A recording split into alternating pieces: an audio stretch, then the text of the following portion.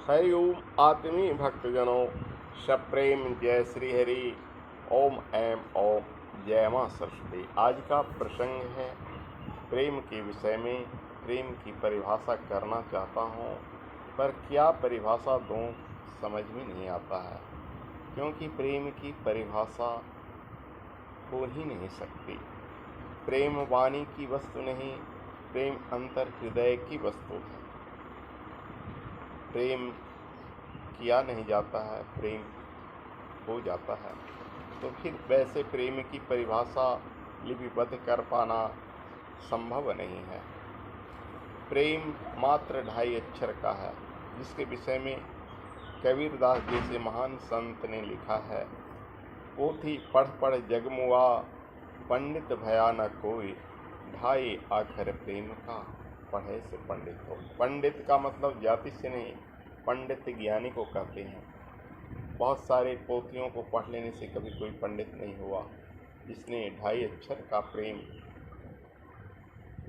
की पाठ पढ़ा, वस्तुतः वही पंडित है। रहमन ने भी इस पर बहुत सुंदर लिखा है, रहमन धागा प्रेम का, मत तोड़ो चटकाए, टूटे पै फिर न जुड़े, जुड़े गांठ पर जाए। रहम कवि कहते हैं कि प्रेम रूपी बंधन को कभी भी चटकाकर मत तोड़ो, यानी खटास पैदा मत करो, वरना वो प्रेम नहीं रहेगा। जैसे धागा तोड़ देने के बाद लोग धागा को जोड़ देते हैं तो उसमें गांठ पड़ जाती है। बाबा तुलसीदास ने भी लिखा है, सबसे ऊंची प्रेम सगाई। यह प्रेम जाति बंधन लिंग से ऊपर है। ये नहीं कि लड़के का लड़की से हो गया, वो कोई प्रेम नहीं, वो तो वासना का जाल है।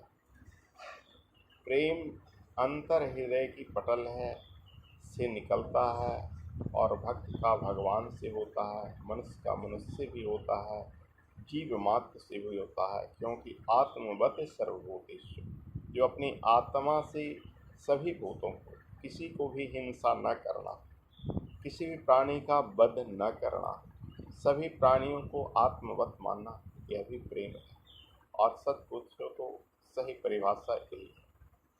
फिर भी प्रेम की जहाँ तक वासना की बात रही है, तो सर्वश्रेष्ठ वासना जो इंद्रियों से नहीं, जो अंतर हृदय से होता है और जो एक दूसरे के प्रति पवित्र रस से उपजता है। वैसे प्रेम जब रघुवंश मणि शिरोमणि राम का सीता के प्रति आकर्षण हुआ, तो अपनी गुरु से पूछते हैं कि इस रघुवंशियों का हृदय कभी किसी स्त्री पर नहीं गया, पर हे गुरुदेव, आज मैं फूल लेने के लिए वन को गया तो उस वाटिका में देखकर जनक नंदिनी के प्रति मेरा मन क्यों विचलित हुआ।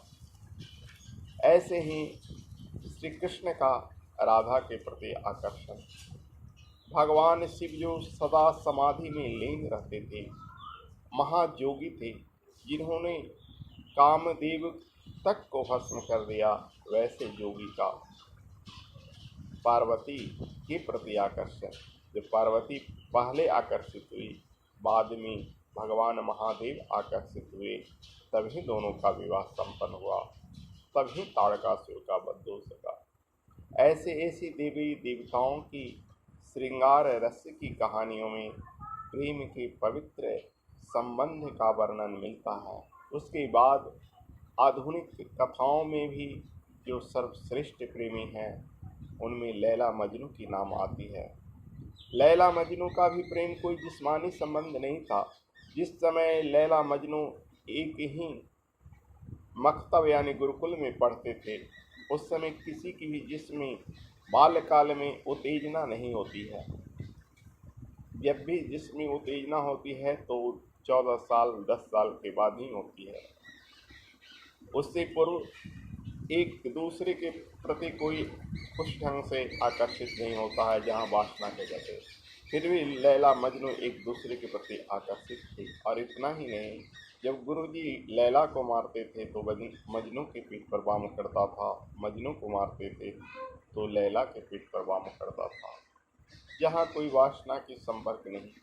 आगे भी उसे बहुत सज़ा मिली मजनू पागल हो गया लैला के लिए, लेकिन जब भी उसे मार पड़े तो एक दूसरे को चोट लगे। ऐसे ही हीर रांझा, सीर फरियाद आदि अनेकों सैकड़ों उदाहरण हैं प्रेमी युगल का, जिसमें वासना कम, इंद्रिय लोलुपता, इंद्रिय सुख कम। जो इंद्रिय सुख के लिए आकर्षित होता है वो प्रेम नहीं करता। प्रेम का मतलब है त्याग, सच्ची समर्पण, सच्चा आत्मसमर्पण। आगे फिर कहेंगे, आज बस इतना ही। देखते रहेंगे मेरा प्रत्येक वीडियो। अच्छा लगे कमेंट में बताएं लिखकर और शेयर करें। हरिओम दोस्तों।